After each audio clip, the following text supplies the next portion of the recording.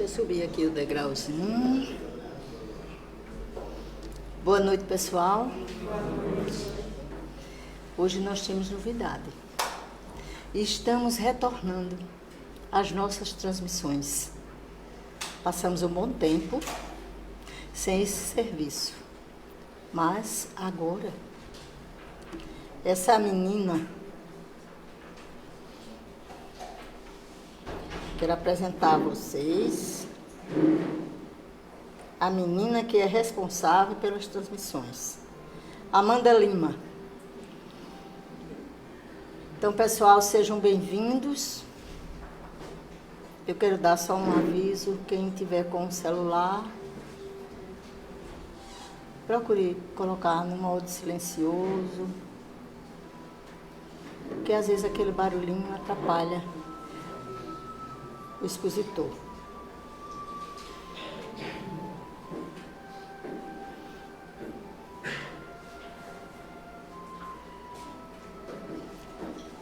E quem ainda não tiver no nosso grupo, eu quero avisar que seria muito bom que fossem convidados, tá certo? Porque é através disso aí que nós vamos passar para os nossos amigos, as pessoas que não têm, assim, condições de vir para a casa espírita, ou que ainda não despertaram para isso. À medida que eles vão ouvindo as palestras, as dissertações, o que é feito numa casa espírita, isso vai os animando a frequentarem a casa espírita. Porque um centro espírita sério, ele é partidário do ecumenismo. Aqui, nós não tem aquela de dizer assim, você é evangélico, você é católico. Aqui nós abraçamos todos. Por quê? O nosso Mestre Jesus, ele abraçou a todos. Mas hoje, o que nós temos para hoje? Sim, outro aviso também. Nós temos um banheiro logo aí fora, certo? À direita. Aí nessa coberta aí, tem um banheirinho do lado de cá. Bem, pessoal, o que é que nós temos para hoje? Preparação de ambiente. Nossa trabalhadora Érica. Em seguida, a prece inicial será feita por Jailson e, sequenciando, a nossa palestrante de hoje é prata da casa, Fúvia. Portanto, eu quero pedir a todos vocês que, no momento em que ela se dirigir para cá, vamos envolvê-la com todo o nosso carinho, para que a palestra dela seja assimilada por todos nós e por todos aqueles que vão assistir de forma online, não é? Então, eu vou descer aqui do degrauzinho e vou passar para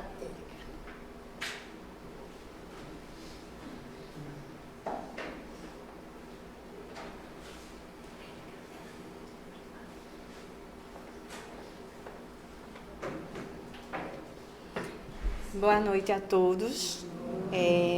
Nosso livro Fonte Viva, Chico Xavier, pelo Espírito Emmanuel. Após Jesus. E quando o iam levando, tomaram um certo Simão, Cireneu, que vinha do campo, e puseram-lhe a cruz às costas, para que a levasse após Jesus. Lucas, capítulo 23, versículo 26. A multidão que rodeava o mestre no dia supremo era enorme. Achavam-se ali os gozadores impenitentes do mundo, os campeões da usura, os ridicularizadores, os ignorantes, os espíritos fracos que reconheciam a superioridade do Cristo e temiam anunciar as próprias convicções, os amigos vacilantes do Evangelho, as testemunhas acovardadas, os beneficiados pelo divino médico, que se ocultavam, medrosos, com receio de sacrifícios. Mas um estrangeiro, estado pelo povo, aceitou o madeiro, embora carregando-o após Jesus. A lição, entretanto, seria legada ao século do futuro. O mundo ainda é uma Jerusalém enorme, congregando criaturas dos mais variados matizes, mas se te aproximas do Evangelho com sinceridade e fervor, colocam-te a cruz sobre o coração. Daí em diante, serás compelido às maiores demonstrações de renúncia. Raros te observarão o cansaço e a angústia, e não obstante a tua condição de servidor com os mesmos problemas dos outros, existirão espetáculos de humildade e resistência, heroísmo e lealdade ao bem. Sofre e trabalha de olhos voltados para a divina luz. Do alto descerão para o teu espírito as torrentes invisíveis das fontes celestes e vencerás valorosamente. Por enquanto, a cruz ainda é o sinal dos aprendizes fiéis. Se não tens contigo as marcas do testemunho pela responsabilidade, pelo trabalho, pelo sacrifício ou pelo aprimoramento íntimo, é possível que ames profundamente o Mestre, mas é quase certo que ainda não te colocaste junto dele na jornada redentora. Abençoemos, pois, a nossa cruz e sigamo-lo destemerosos, buscando a vitória do amor e a ressurreição eterna. Que assim seja.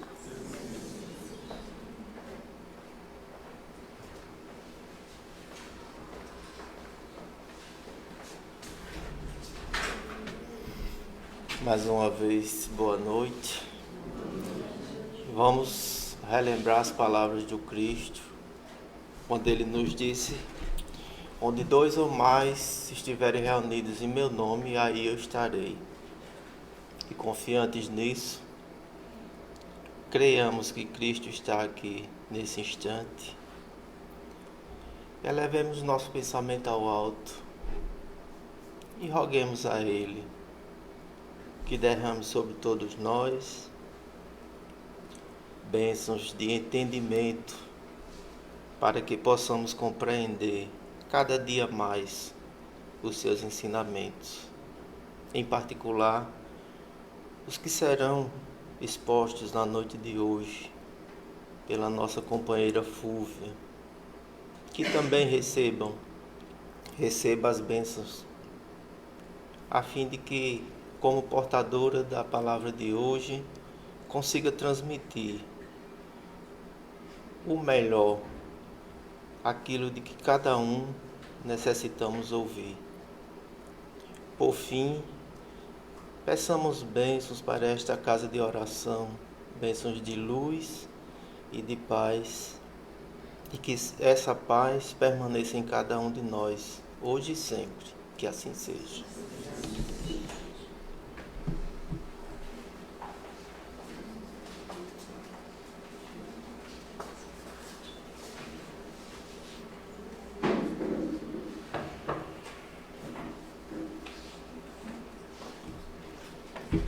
Boa noite, que Jesus nos abençoe.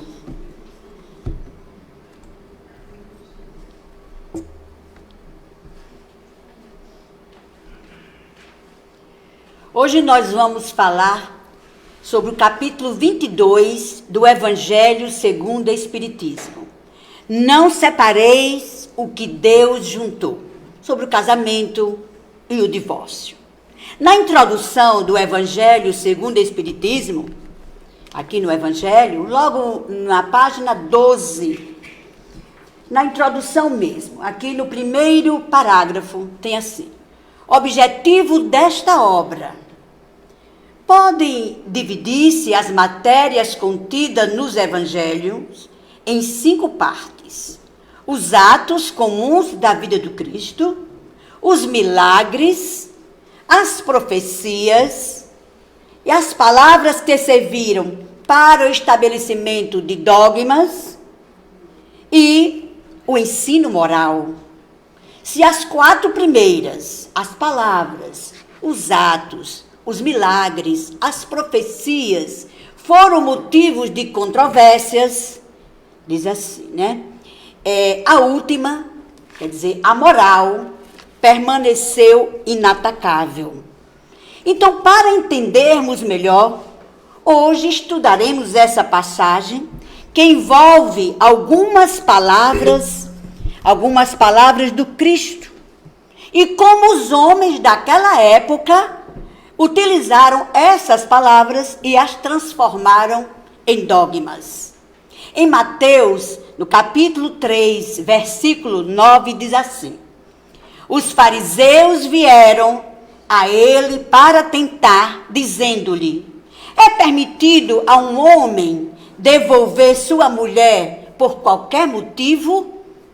Jesus lhe responde: não lestes que aquele que criou o homem, desde o princípio o criou macho e fêmea, e que foi dito: deixará o seu pai, a sua mãe, e se ligará à sua mulher ou ao seu marido, e assim eles não serão mais 2, mas uma só carne.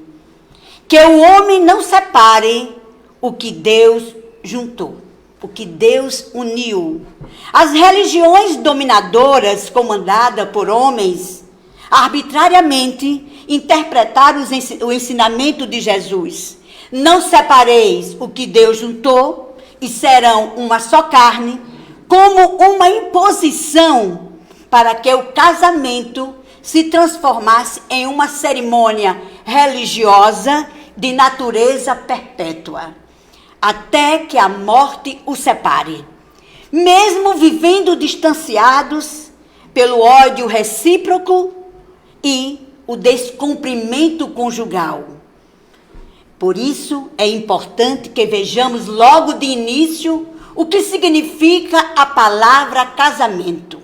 A palavra casamento, ela vem do latim casal, casalis, que significa lugar onde se constrói, se edifica uma casa. E como a palavra casamento significa construção, enxergaram a possibilidade da união de castas, dinastias, nobreza, títulos, riquezas para construírem e fortalecerem os poderes. É importante salientar que os direitos da família eram ditados pela igreja. E essa indissolubilidade do casamento está vinculada à Igreja Católica Romana. Portanto, é um dogma criado pela igreja, ou seja, pelos homens. Quando o cristianismo passou a ser uma religião obrigatória do Império Romano, foi perdendo ali a sua essência primitiva dos sentimentos. Claro que a separação de um casamento realizado com bases e interesses materiais provocaria grandes prejuízos, não apenas para o casal, mas quando se uniam as pessoas ali de uma nação com a outra, podia-se chegar a uma falência da nação ou até mesmo a uma guerra.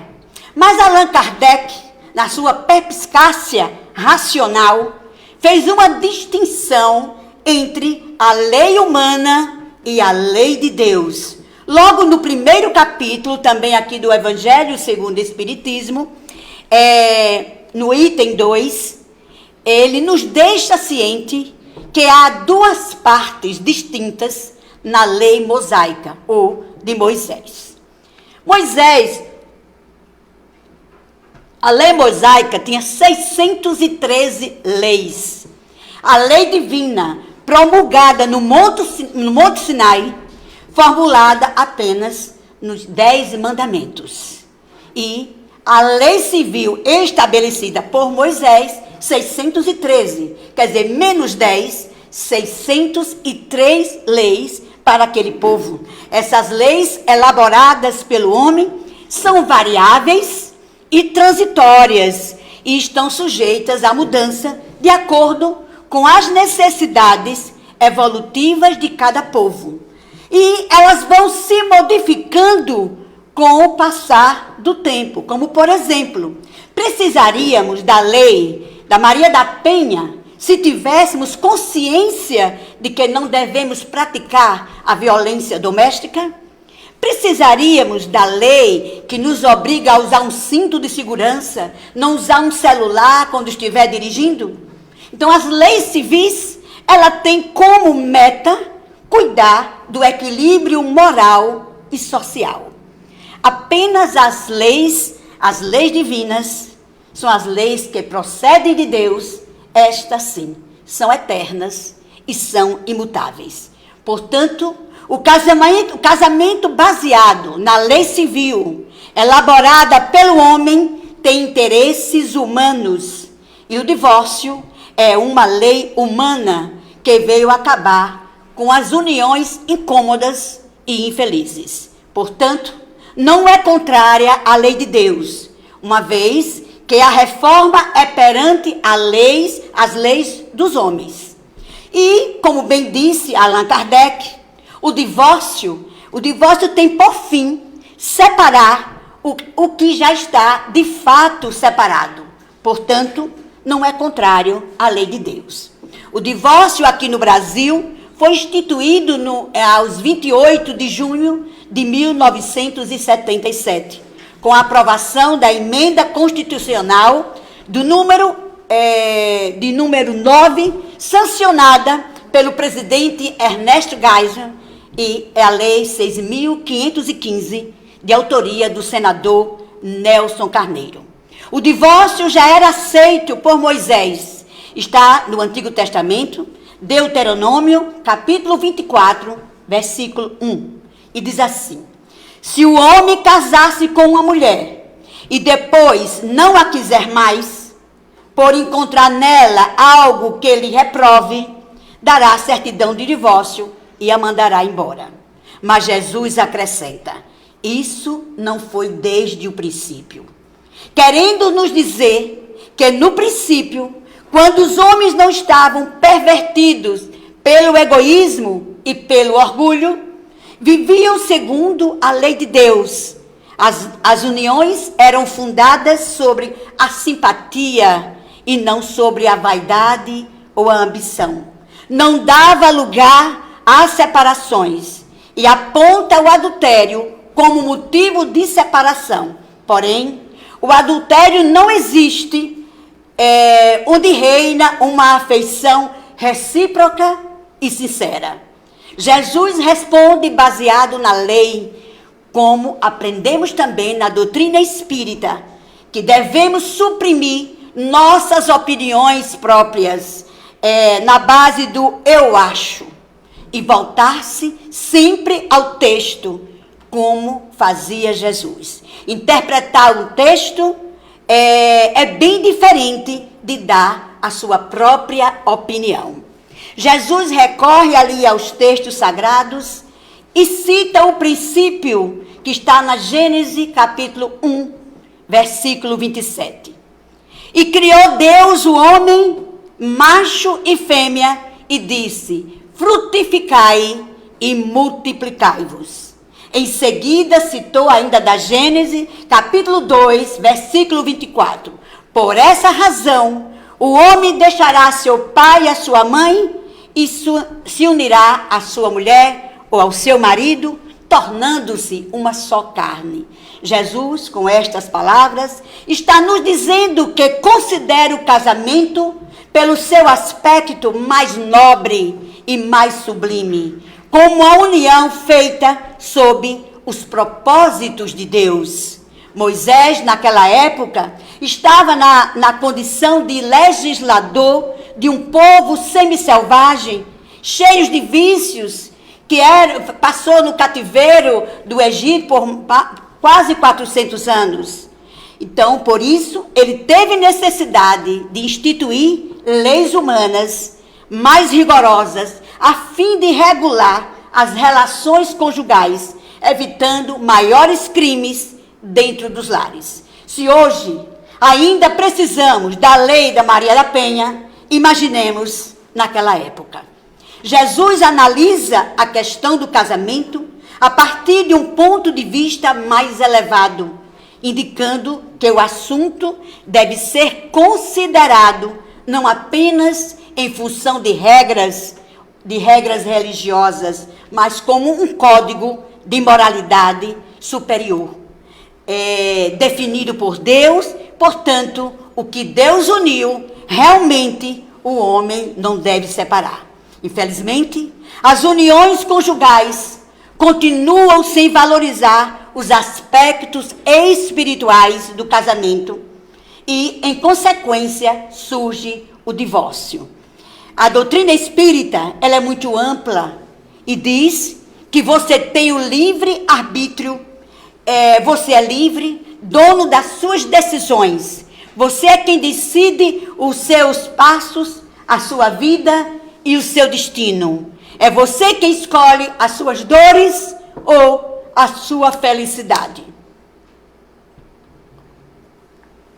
O Espiritismo não julga, não é a favor nem contra a nada, mas traz a conscientização de que se eu escolho o rompimento de acordo com o meu livre-arbítrio, também arcarei com as consequências, porque o divórcio deixa muitos traumas. Porém, o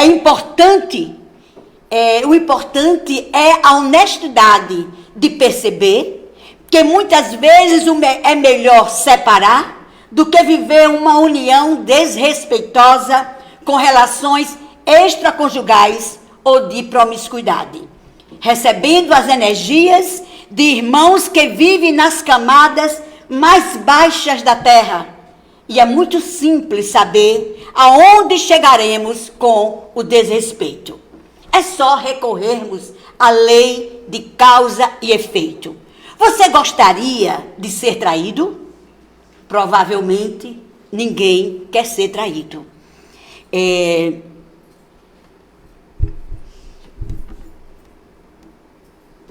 Por isso, é muito importante a gente saber que quem trai está atraindo traições para consigo, mesmo em outros setores. O seu próprio cônjuge ou outras pessoas irão te trair por outras vias que não seja a conjugal, como traição de amigos, de negócios, de acordos. Muitas vezes a gente escuta esse comentário: eu fiz tudo direitinho, eu fui legal ali com o meu sócio, com o meu cliente, com o meu amigo, mas ele me traiu. Então o adultério está nas linhas gerais, ou seja, ela engloba tudo que é traição. O divórcio é uma medida humana e legítima e veio para proteger a integridade mental. Quantos casais vivem debaixo do mesmo teto, divorciados do amor, na indiferença, sem afeto, intoxicando a alma e somatizando ali no corpo físico. As doenças autoimunes são muitas vezes consequências dessa infelicidade, dessa tristeza. A falta de amor, ela enlouquece a família, enlouquece os filhos e muitas vezes os filhos são usados como corda de batalha, cada um puxando para o seu lado. E fica também, diante das separações, muito comuns a depreciação do outro diante dos filhos.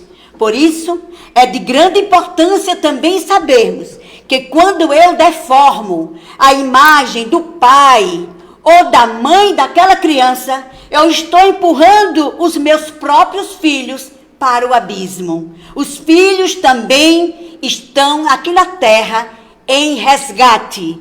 e esse resgate são com seus genitores e se identificam com eles. Daí, acaba a sua identificação, a sua referência lhe é tirada e as suas possibilidades de reforma também, de resgates, ficam impossíveis. Quantos filhos, ainda pequenos, estão ocupando os consultórios psicológicos e a culpa sempre é do outro. Então, consultando o livro, o Evangelho à luz da psicologia profunda, de Joana de Ângeles, ela diz que nos primórdios os homens tinham relacionamentos promíscuos e eram apenas atraídos pelo desejo sexual, sem nenhum respeito pela emoção do outro. Tinham relacionamentos rápidos e através dos quais multiplicavam filhos sem qualquer sentido ético. Então, a ausência de dignidade nos relacionamentos conspiravam contra o equilíbrio e a ordem social.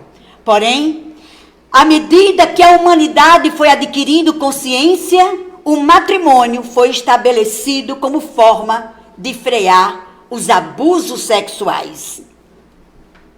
Portanto, pode-se considerar o matrimônio como uma das mais elevadas conquistas para a evolução psicológica e moral da humanidade.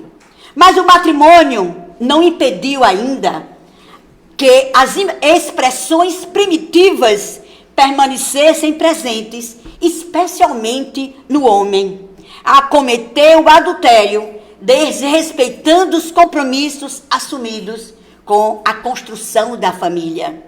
E a mulher, submetida aos seus caprichos e com a conivência da sociedade, silencia os seus anseios de esposa e de mãe. Isto enquanto conseguia permanecer no lar, porque por muitas vezes ela foi empurrada à prostituição.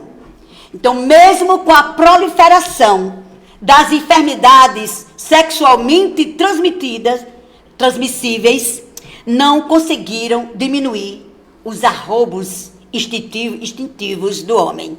E diante desse triste fato, no livro No Mundo Maior, este livro aqui, de André Luiz, na psicografia de Francisco Cândido Xavier, no capítulo 11, onde tem o título Sexo, ele nos diz que a promiscuidade sexual vem castrando nobres aspirações, ela vem ceifando vidas, ceifando alegrias, destruindo culturas e civilizações ao longo dos milênios. A ignorância quanto à conduta sexual é um dos fatores mais importantes para o planeta, porque equivale a uma silenciosa guerra de extermínio que ultrapassa o índice de morte de guerras e pandemias referidas na história da humanidade. Incontáveis crimes campeiam, determinando o processo de loucura em toda parte. Nós muito bem tememos guerras, tememos pandemias, conceitos de políticas, porém, o número de mortes conferidos durante as guerras e pandemias constitui uma bagatela comparado aos milhões de almas que as angústias do sexo dilaceram todos os dias. Eu fiquei impressionada quando li isto aqui.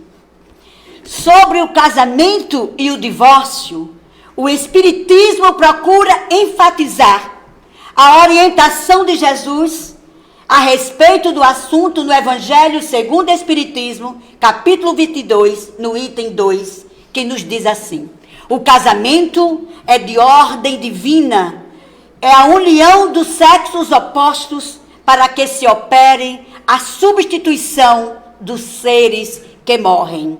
Porém, as condições, as leis que regulam essa união são humanas.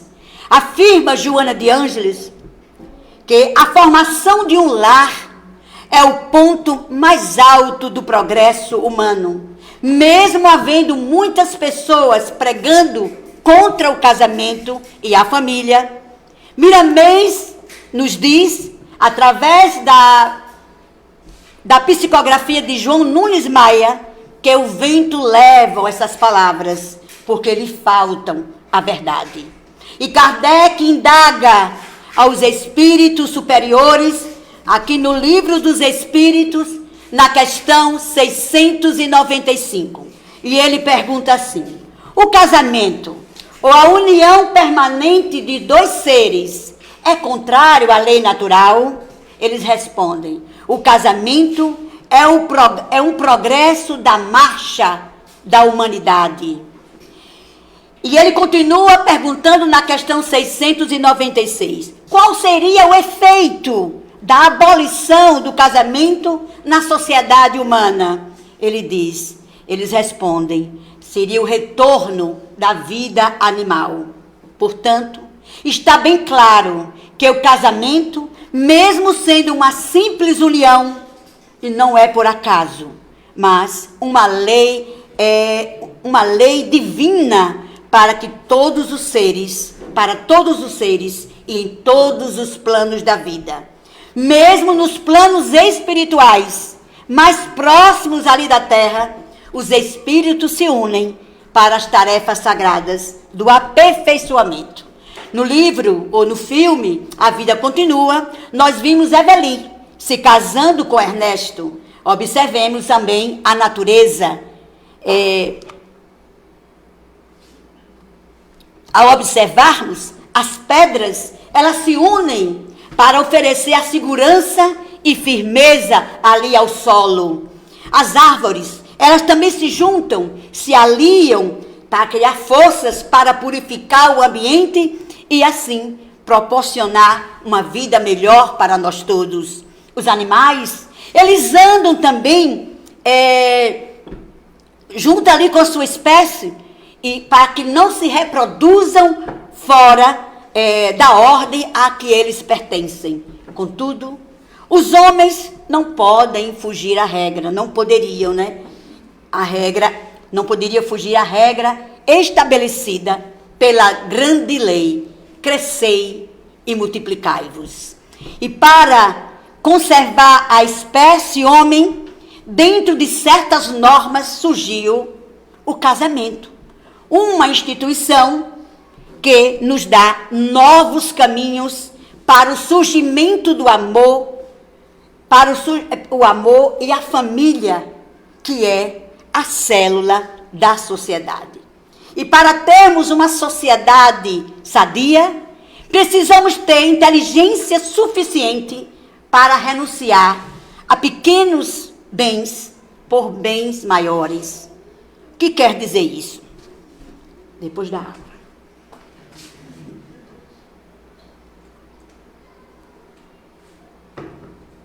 Saia.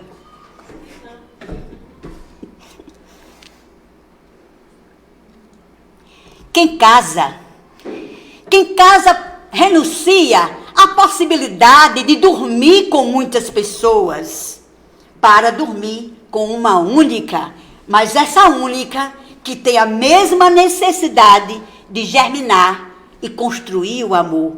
O homem precisa ter a sabedoria de que o que se perde em quantidade vai ganhar em qualidade. Tem gente que se casa e continua na prostituição, porque é na prostituição que está o seu bem maior, que é o sexo. Joana de Ângeles afirma categoricamente que o adultério deve ser urgentemente eliminado. Relacionamentos múltiplos é um cruel desrespeito à confiança e à dignidade do outro que se sente espezinhado. O matrimônio é um compromisso sério que deverá ser o resultado de um seguro amadurecimento, porque é um dever para com Deus, para consigo e para com o próximo. Portanto, o casamento é realmente uma construção familiar, uma construção pequena, mas com grandes objetivos nos planos de amor de Jesus.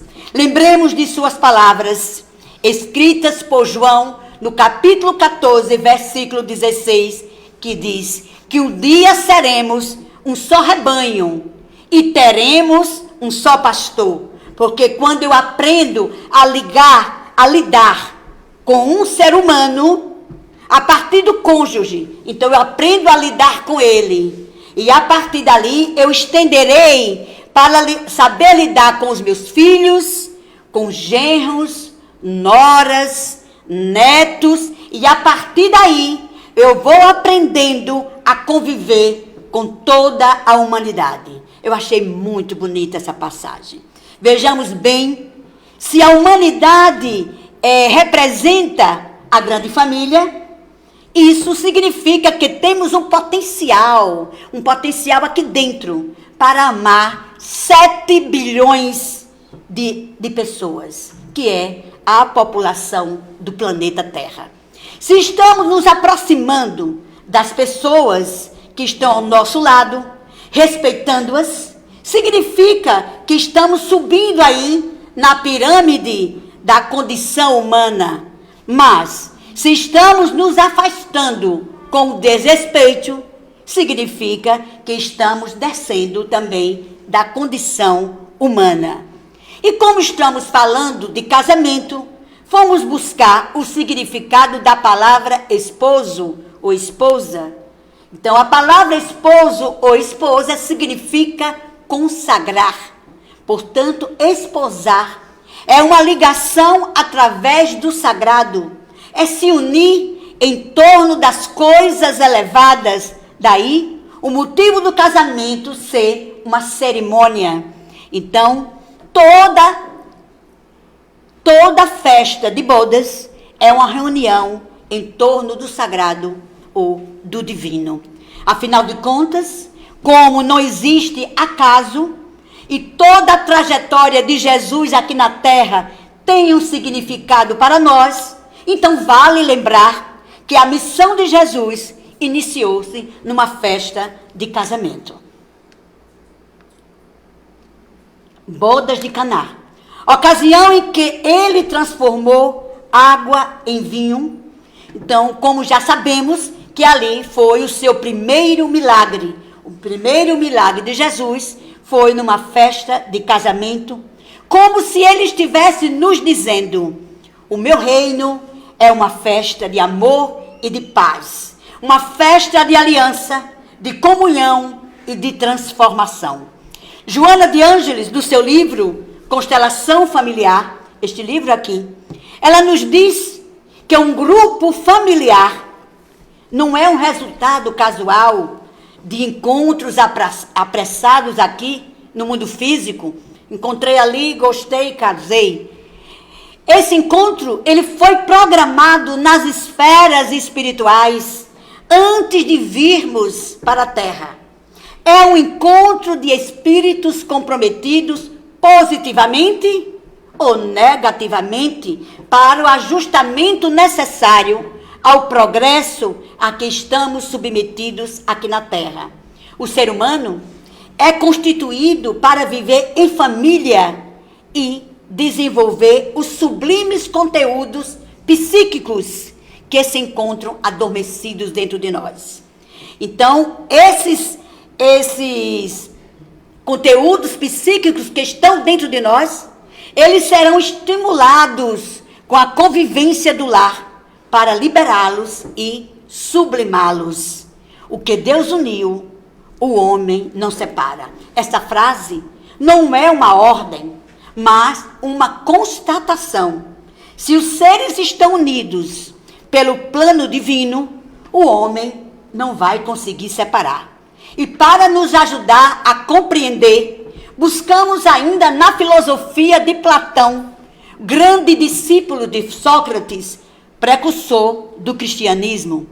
Platão nos diz que o homem tem 3 mundos e que ele pode se unir ao outro através desses 3 mundos. E quais são esses 3 mundos? Primeiro mundo, Nous. Nous é a parte mais elevada, a parte espiritual, onde ficam os princípios e os valores, ou seja, a nossa essência. Segundo mundo, a psique. A psique é a parte psicológica, é onde ficam os encontros de almas através de afinidades. Terceiro mundo é o soma. O soma é a união apenas pela parte física, pela beleza, pela juventude ou pelos instintos. Portanto, o homem pode ter uma união com o outro pela parte física, pela parte psicológica ou pela parte espiritual. E como seria uma união através do soma, da parte física? Só por instinto. É a união que está se tornando cada vez mais comum hoje em dia.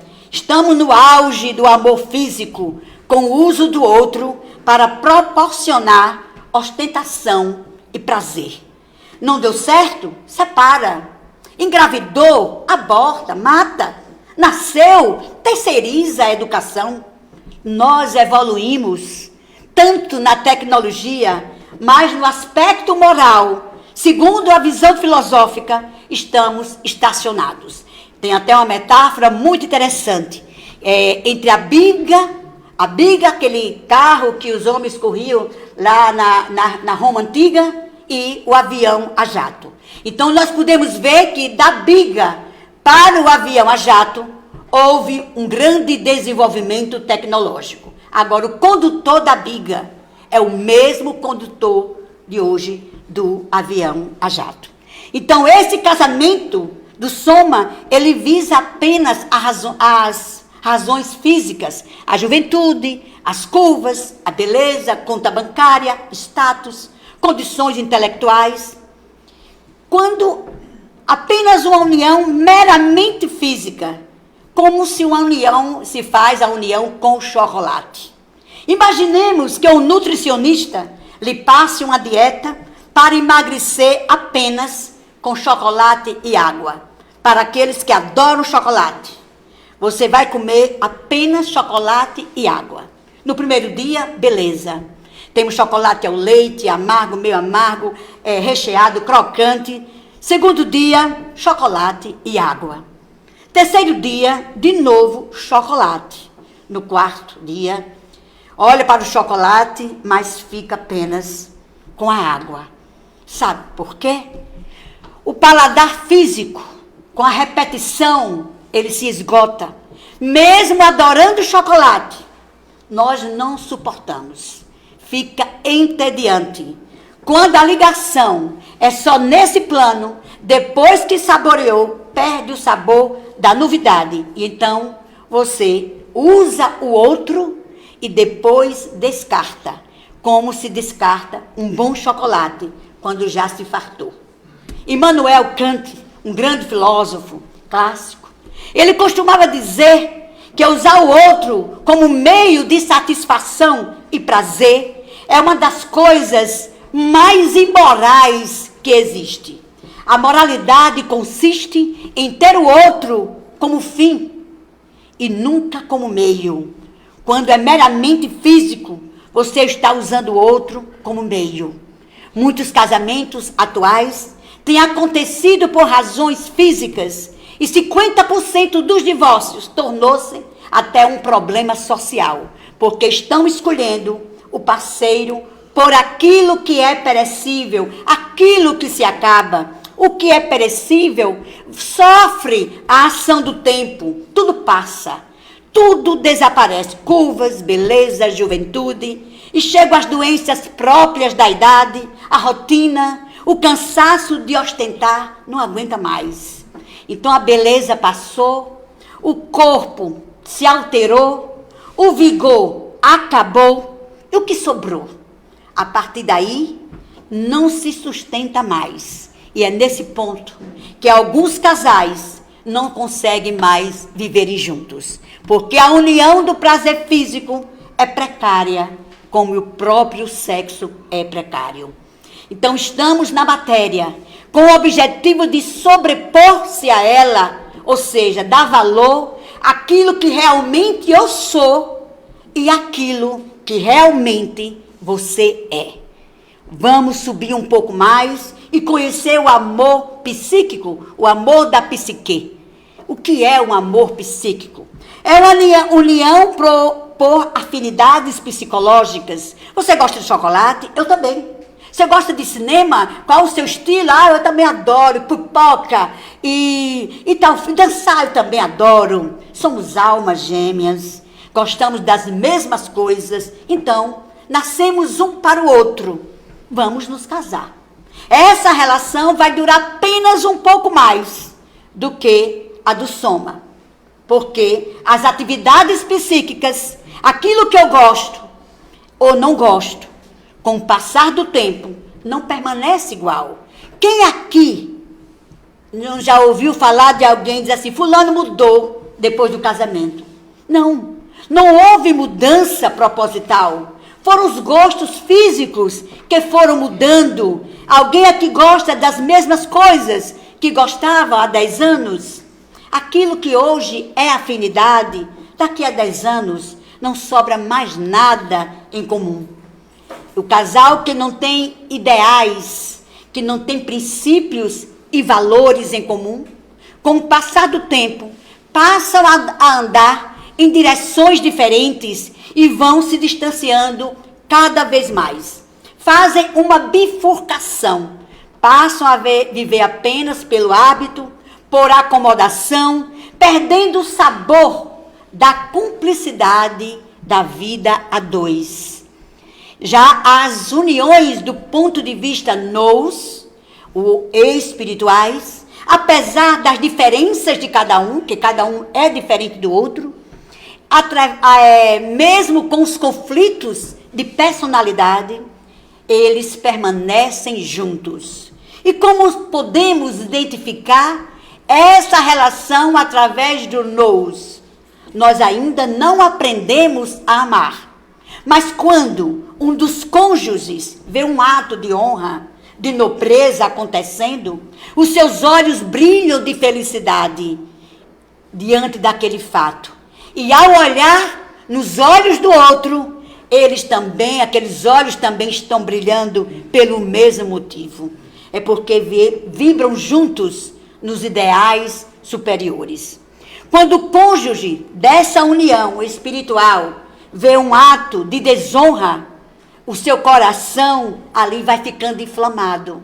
E ao olhar para o outro, vai e vê que ele também está inflamado. Então, é uma união em torno de valores, em torno de virtudes, sentimentos de justiça, fraternidade, sabedoria, ou seja, é em torno de princípios eternos. À medida que vão vivendo essa união, vão se tornando mais pacíficos, mais bondosos, e os dois passam a convergir para o mesmo ponto, para a mesma estrela, e vão crescendo na mesma direção. Então, na verdade, quando Jesus diz, o que Deus uniu, o homem não separa, é porque quando você une o divino em dois seres humanos, esse divino sobrevive, inclusive, à morte do corpo físico. Todo o nosso planejamento na matéria foi elaborado com a ajuda de entidades espirituais qualificadas e conhecedores da nossa alma, das nossas necessidades. Esse planejamento é sempre feito com o objetivo de reunir, reajustar e iluminar, e não de desunir ou separar. As pessoas reencarnam com um projeto, e no meio desse projeto rompem. Porém, o rompimento não está no planejamento. Por isso, o causador assumirá as consequências da sua decisão. A porta da evolução é estreita. Todos nós já sabemos disso. Platão dizia que o amor é eterno. E se não for eterno, não é amor. E contrariando o nosso grande poeta Vinícius de Moraes, que disseminou a famosa frase que o amor seja eterno enquanto dure. É uma boa rima, mas não é uma verdade. Para Platão, ou é eterno ou não é amor. Considerando a estrutura dos três mundos, nous, psique e soma, chega-se à conclusão que, quando duas almas compartilham e vibram juntos os valores e princípios éticos e morais, com o passar do tempo, vão sentindo a sensação do dever cumprido, porque todo o universo estará junto através desse amor. Um amor que passou pelas sensações do soma, na atração, quando se viram pela primeira vez, a atração física, passou pela psique, com as afinidades, e juntos buscaram o divino, porque só o amor verdadeiro, contribui para que ambos busquem e encontrem o que se tem de mais divino dentro de nós. E andamos juntos, porém, cada um vivendo a sua experiência individual, aprendendo que a sua realização nunca esteve fora, mas dentro de si.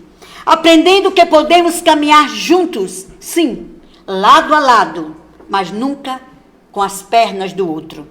No livro Boa Nova, o irmão X, na psicografia de Francisco Cândido Xavier, nos relata, o capítulo 15, Joana de Cusa, nos relata um atendimento fraterno que Joana vai fazer com Jesus. Joana era uma nobre dama da corte romana, casada com um alto funcionário de Herodes, chamado Cusa, que odiava Jesus, enquanto que ela possuía uma verdadeira fé nos seus ensinos. E Joana de Ângeles chega assim para o mestre e confessa os seus temores, as suas lutas e desgostos com seu companheiro. Após Jesus ouvi-la, ponderou: Joana, agradece ao Pai por julgar-te digna, capaz desse bom trabalho. O teu esposo não te compreende? Compreenderás um dia. É leviano e indiferente, ama-o mesmo assim. Não estarias ligada a ele se não houvesse uma justa razão. Servindo com amor e dedicação, estarás cumprindo a vontade de Deus. Os sãos, Joana, não precisam de médicos. Joana olhou para o Cristo e disse: vossas palavras me aliviam o espírito atormentado. Entretanto, sinto necessidade extrema para manter um entendimento com o meu marido. Não seria certo eu lutar para impor os meus princípios? O Cristo sorriu serenamente e retrucou: Joana, quem sentirá mais dificuldades em estender as mãos fraternas? Será quem atingiu o conhecimento da verdade ou aquele que ainda se debate nas ondas da ignorância? Seja fiel a Deus, amando teu companheiro do mundo como se for o teu filho. Não perca tempo em discutir, esforça-te no silêncio. Porém, quando convocada ao esclarecimento, fale.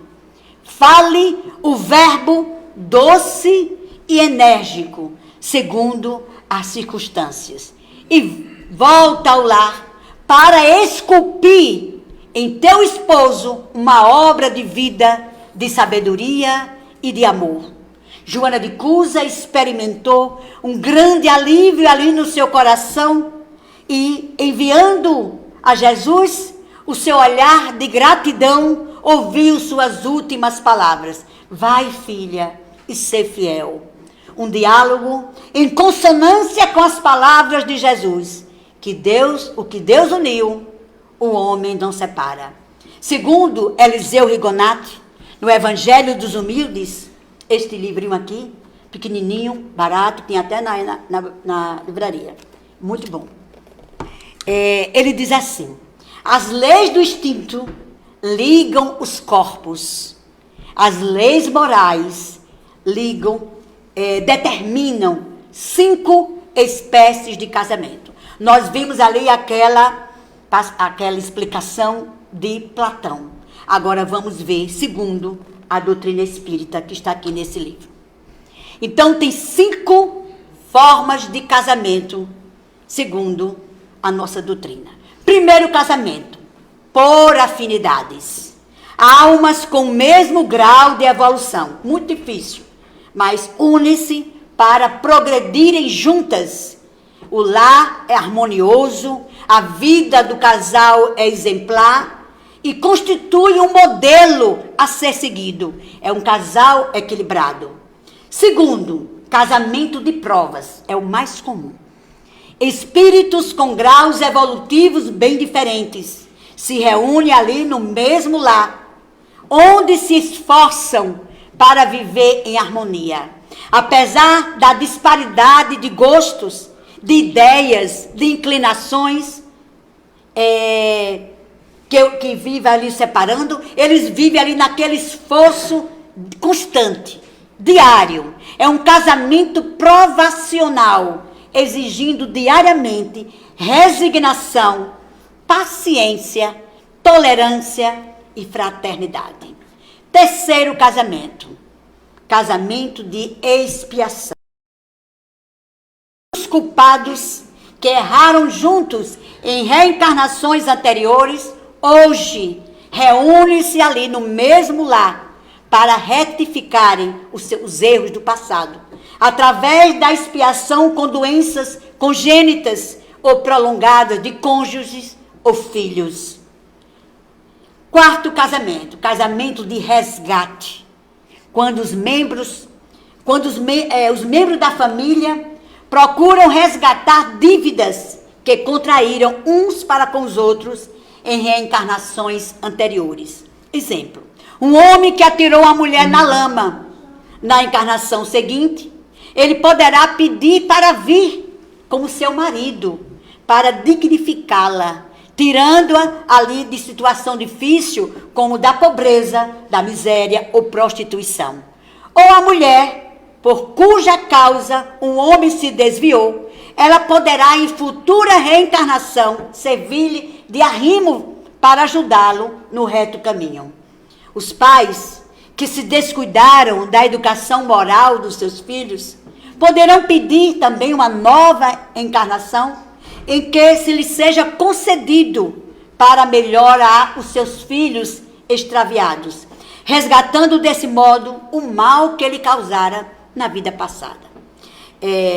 Por exemplo, eu esqueci o nome do livro, mas eu tive a oportunidade de ler a história de um casal que, naquela época antiga, onde se viajavam de carruagem ali pelas estradas,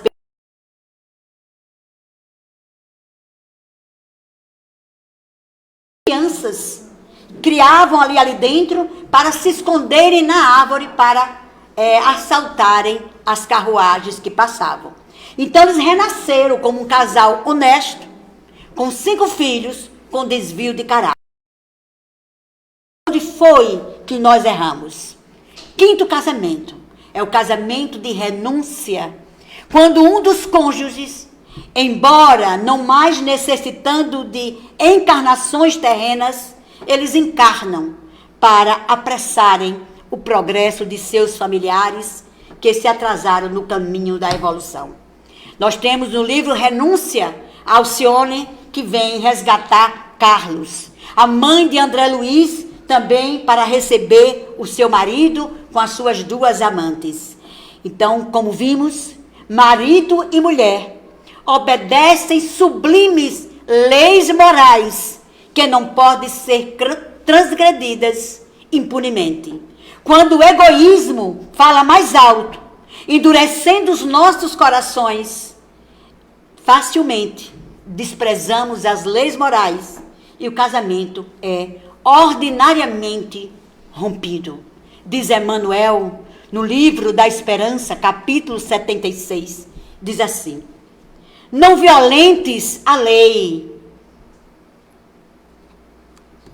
porque sempre arrastaremos os débitos do passado. E as provas de hoje nos obrigarão a revisá-las. O esposo egoísta e rude é o mesmo homem de outras existências, de cuja lealdade tu zombastes. Os filhos doentes são almas que impelistes friamente a pavorosas quedas morais. A companheira intransigente, obsidiada, é aquela jovem que outrora enganastes com falsos juramentos de amor, levando-a à loucura. Os pais tirânicos revelam aqueles que te foram filhos em outras épocas, onde plantastes o despotismo e o orgulho. E hoje voltam contigo para melhorar os teus sentimentos de bondade e de perdão sem limites. Portanto, à frente das uniões menos simpáticas, saibamos suportá-la de ânimo firme. E para finalizar, pedimos ao Mestre Jesus que a caridade e a humildade habitem o egoísmo para podermos dar ao outro somente aquilo que queremos receber, porque só assim reinará a concórdia e o amor entre nós. E diante do exposto, podemos ainda indagar ao Mestre Jesus: por que, com tantos esforços, com tantos ensinamentos, e os casamentos ainda estão acabando em separações? Jesus também nos responde: por causa da dureza de vossos corações. Que Jesus permaneça sempre conosco.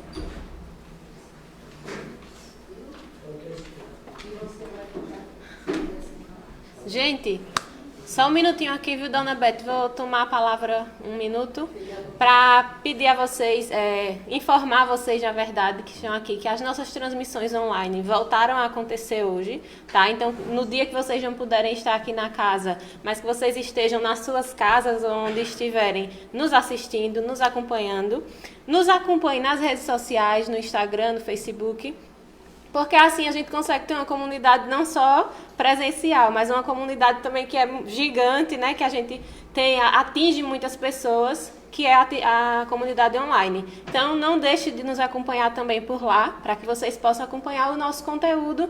Como a gente está sempre colocando, a gente quer fazer um geral para todos e para todas. Então, é esse informativo. Já vou deixar a palavra com Dona Beth. Muito obrigada.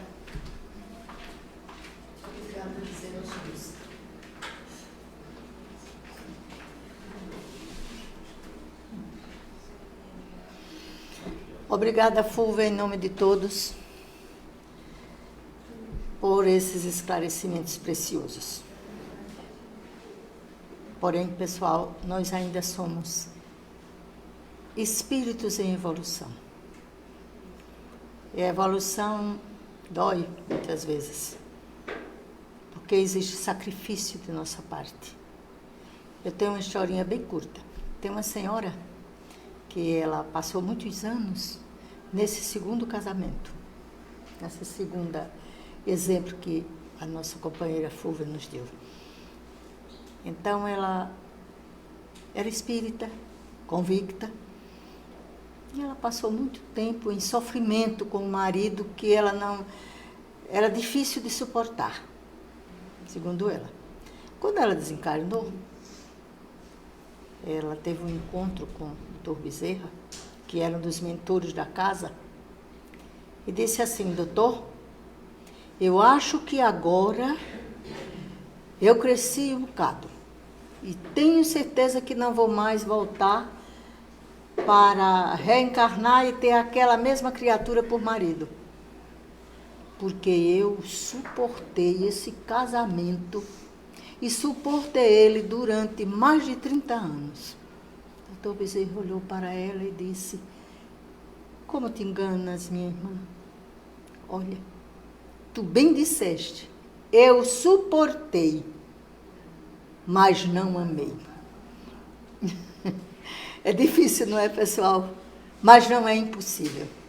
Nós estamos caminhando para a nossa verdadeira evolução. Tem duas palavrinhas muito interessantes no capítulo 6 do Cristo Consolador, que o que mais nós necessitamos é de desprendimento e abnegação. Certamente nós iremos conseguir, porque nós não vamos ser anjos, todos nós? Anjos e anjas, todos nós, né? Tem um livre pensador que diz assim: o primeiro pensamento de Deus foi um homem e o segundo foi um anjo. É bem interessante. Então, pessoal, agora nós vamos envolver o nosso irmão, nosso visitante de hoje, com carinho. Eu peço aos queridos tarefeiros de hoje que se posicionem para acontecer o passe coletivo. E em seguida teremos o passe individual na nossa sala de passes para aqueles que estão em tratamento ou estão necessitando de uma energia mais aproximada. Então, quem se sentir à vontade, feche os olhos e vamos fazer uma rápida meditação.